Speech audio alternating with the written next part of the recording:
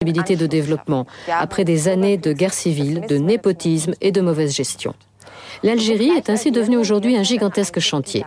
Les projets existent, mais les hommes capables de les mener à bien font défaut. En d'autres termes, la grande majorité des Algériens ne peut participer à l'essor économique de son pays, faute d'avoir reçu une formation adéquate. Un reportage de Rim Matlouti.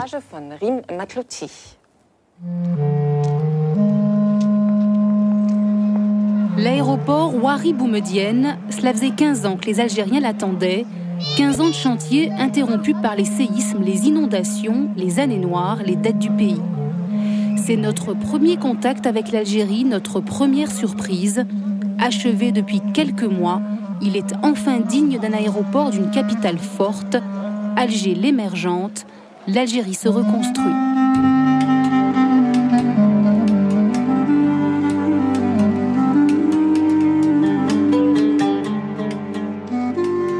Avec 70 milliards de dollars de réserves de change, soit 3 ans d'importation, l'Algérie affiche une santé financière insolente.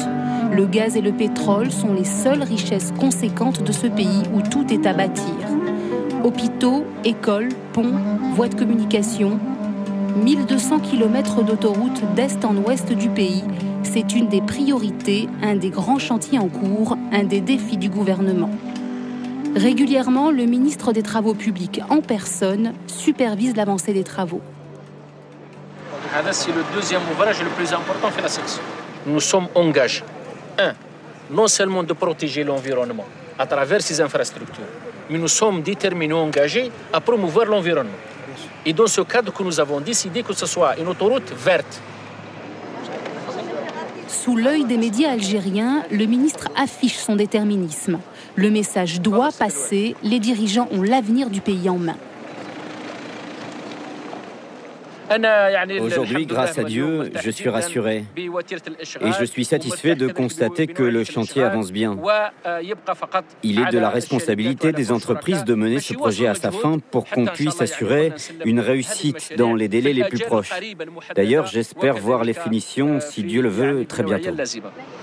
Le problème n'est pas de lancer des travaux, mais de les achever, de respecter les délais et de trouver les compétences nécessaires. C'est là que le bât blesse. Les experts manquent, les entreprises du bâtiment algériennes ne sont pas capables de se hisser au niveau des projets d'envergure. Pour preuve, depuis des années, Alger est un chantier à ciel ouvert inachevé. Le métro d'Alger, plus personne n'y croit. Il avance à son rythme.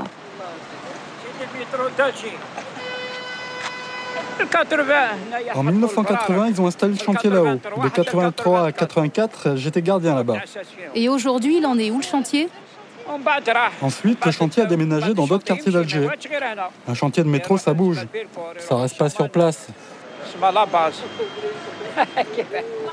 Et il sera fini quand ? Bon, il ne reste pas grand-chose à faire. Je crois 2008. Enfin, c'est ce qu'ils ont dit. Ils ont dit 2008, c'est tout.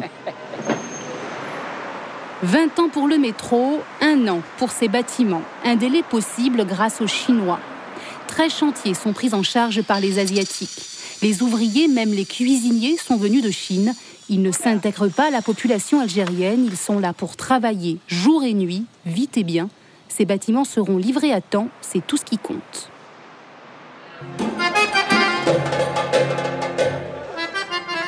À quelques mètres des ouvriers asiatiques au travail, Bellecour, un quartier populaire. Dans les rues, on trouve de tout. Chacun gagne sa vie comme il peut. L'Ouahab a essayé de travailler avec les Chinois, en vain. Aujourd'hui, comme la plupart des Algériens, il bricole. Les gens s'en sortent comment ici ? Ils travaillent, normalement. De toute façon, il faut bien se débrouiller. Regarde, il y a une nouvelle vague par exemple, là. Les gens maintenant, ils vendent des fruits, des légumes dans les camionnettes. C'est un marché ambulant, ils se déplacent. Viens, on va voir par là. C'est combien les patates, mon frère ? 70 dinars. C'est cher pour un Algérien. Bah oui, c'est cher. Pourquoi 70 dinars ?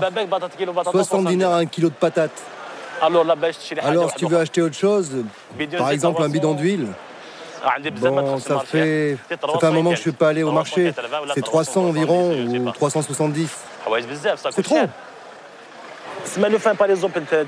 Pour les gens qui ne gagnent que le SMIC, ils vivent pas. Il faut du bricolage, mademoiselle. Ils travaillent là, ils travaillent ailleurs encore. C'est obligatoire. Ils s'en sortent? On est forcés, tout simplement. On est forcés, tout simplement. On est forcés.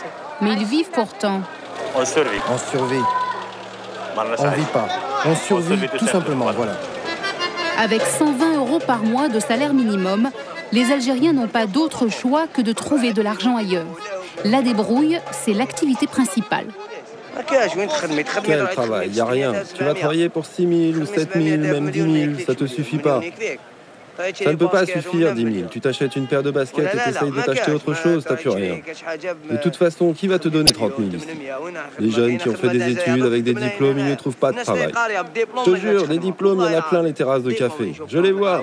Qu'est-ce que tu veux que je te dise? C'est comme ça.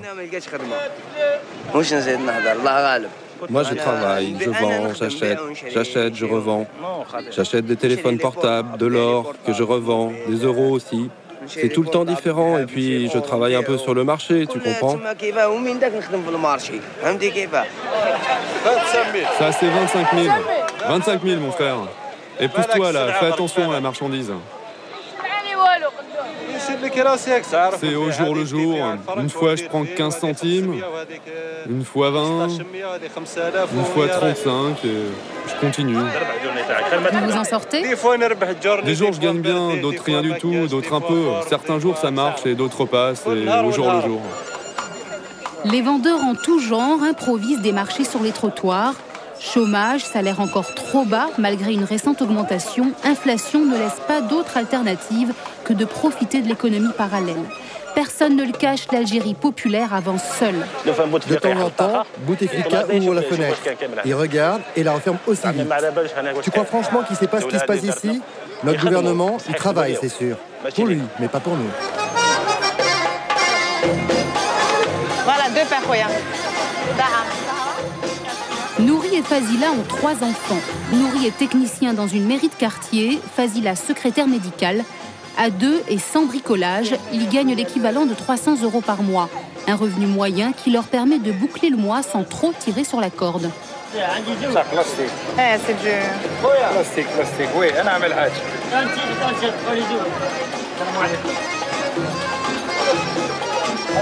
Non, le deuxième. Voilà.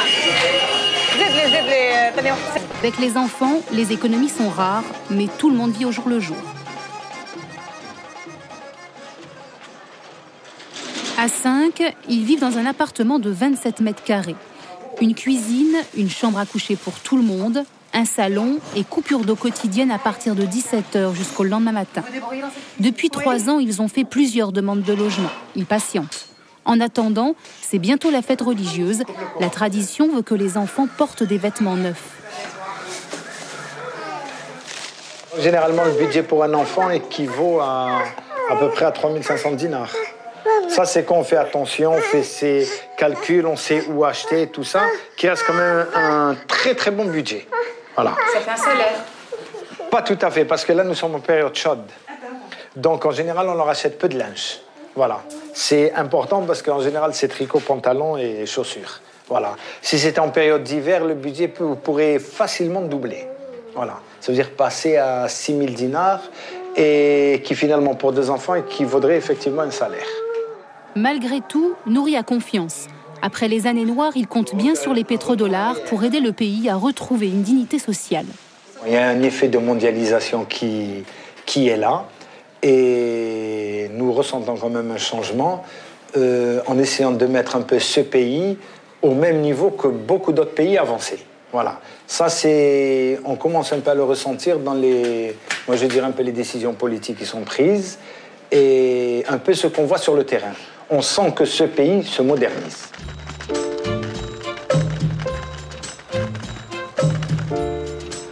Tarek et Mayedine ont 1 an d'expérience algérienne dans les jambes. L'un est né en France, l'autre aux États-Unis. Un bac+10 en poche, les portes de l'Europe leur étaient ouvertes. C'est le retour en Algérie qu'ils ont choisi. Faute de moyens de transport, ils utilisent les taxis clandestins. Le bricolage, même eux, n'y échappent pas.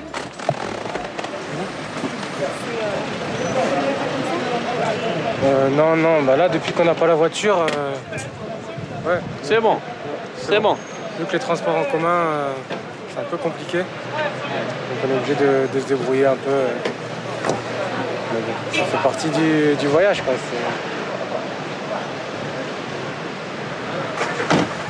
Le pays est comme ça pour l'instant et ça va évoluer. Et qu'à partir du moment où nous, on a décidé de venir travailler ici, on savait qu'il y avait des contraintes particulières et ça fait partie des contraintes, même si ça ne nous empêche pas spécialement de vivre. Hein, mais je pense qu'effectivement, étant d'origine algérienne, c'est plus facile pour nous de nous débrouiller un petit peu que pour des gens qui seraient totalement étrangers à la culture et au pays, quoi.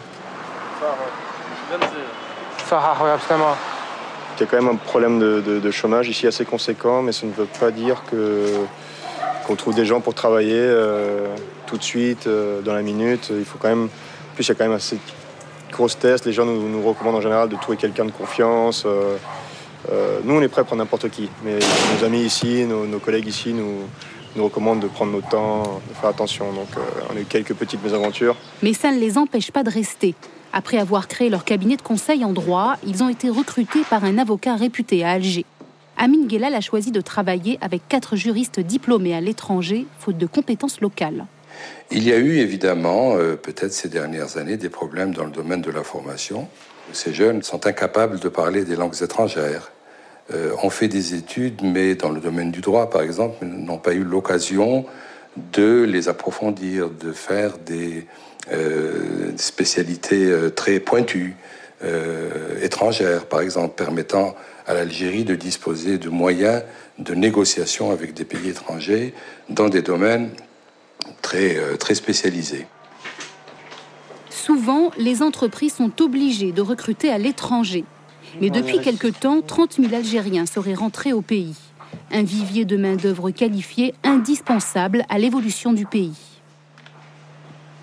Ce qui fait défaut, c'est pas les élites, c'est l'adhésion à quelque chose, un projet auquel tout le monde pourra adhérer et s'épanouir. C'est plus ça peut-être qui est un peu problématique pour l'instant.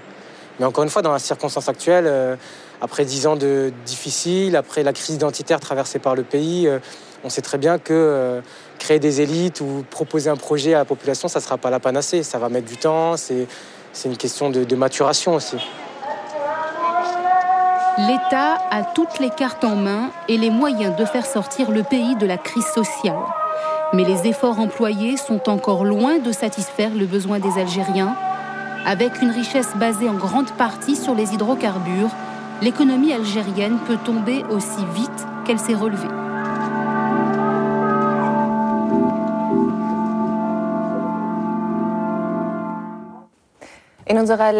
Notre dernier reportage de l'année est consacré à une région du monde dont on pouvait encore espérer, au début de 2006, que le retour d'une certaine stabilité lui permettrait de ne plus faire la une de l'actualité. La réalité est tout autre, et l'Afghanistan est à nouveau en proie à la violence. 5 ans après le succès remporté